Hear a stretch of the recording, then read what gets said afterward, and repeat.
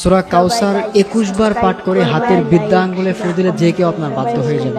প্রিয় ভাইয়েরা আমার, প্রিয় বোনেরা আমার, আমাদের মধ্যে অনেকেই আছেন দেখা যায় স্ত্রী স্বামীর কথা শোনে না, স্বামী স্ত্রীর কথা শোনে না, আবার দেখা যায় সন্তান বাবা মার কথা শোনে না, সন্তান বাবা মার অবাধ্য, স্ত্রী স্বামীর অবাধ্য, স্বামী স্ত্রীর অবাধ্য। এরকম অনেক প্রবলেম হয়। অনেকে আমাদেরকে ফোন দিয়ে বলেন, হুজুর আমার স্বামীটা আমার কথা শোনে না, আমার স্বামীটা আমার অবাধ্য। আবার অনেক স্বামীরা ফোন দিয়ে বলেন, হুজুর আমার স্ত্রীটা আমার অবাধ্য, সে আমার কথা শোনে না, আমার সন্তানটা আমার অবাধ্য, সে আমার কথা শুনতে চায় না। প্রিয় ভাইয়েরা আমার, প্রিয় বোনেরা আমার, আপনারা যদি এই আমলটা করতে পারেন, সূরা কাউসার 21 বার পাঠ করে হাতের বৃদ্ধা আঙ্গুলে ফু দিতে পারেন, আপনার সন্তান আপনার অবাধ্য হলে সে আপনার বাধ্য হয়ে যাবে, আপনার স্ত্রী আপনার অবাধ্য হলে সে আপনার বাধ্য হয়ে যাবে।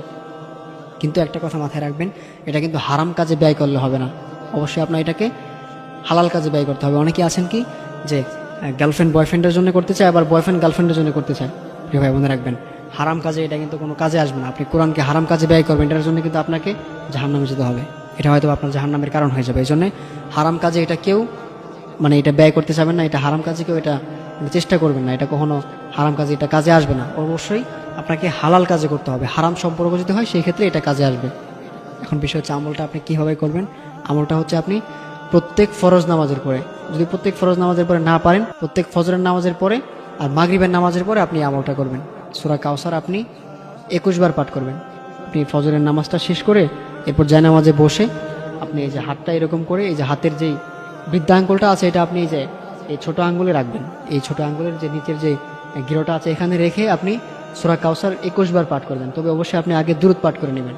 আগে আপনি 3 বার দুরূদ পাঠ করে এরপর সূরা কাউসার 21 বার পাঠ করে এরপর আপনি এখানে ফু দিবেন। হাতে বৃদ্ধা আঙ্গুলে ফু দিয়ে হাতটা আপনি মুষ্টি করে ফেলবেন। হাতটা মুষ্টি করে এরপর আপনি যদি আপনার স্ত্রীকে বাধ্য করতে চান, যে স্ত্রী আপনার কথা শোনে না, আপনি আপনার স্ত্রীকে বাধ্য করতে চাচ্ছেন, তখন আপনি আপনার স্ত্রীর যে নামটা আছে সেটা আপনি 7 বার স্মরণ করবেন। 7 বার আপনি সেই নামটা বলবেন, বলে আপনার স্ত্রীর যে মা আছে, তার বাবা আছে, তার নামটা আপনি একবার একবার করে উচ্চারণ করবেন। এটা যদি আপনি করতে পারেন, এটা আপনি টানা 21 দিন করবেন। প্রথম 7 দিন করবেন, যদি কাজে না আসে এরপর আপনি আবার 7 দিন করবেন, যদি তাও কাজে না আসে আবার 7 দিন করবেন।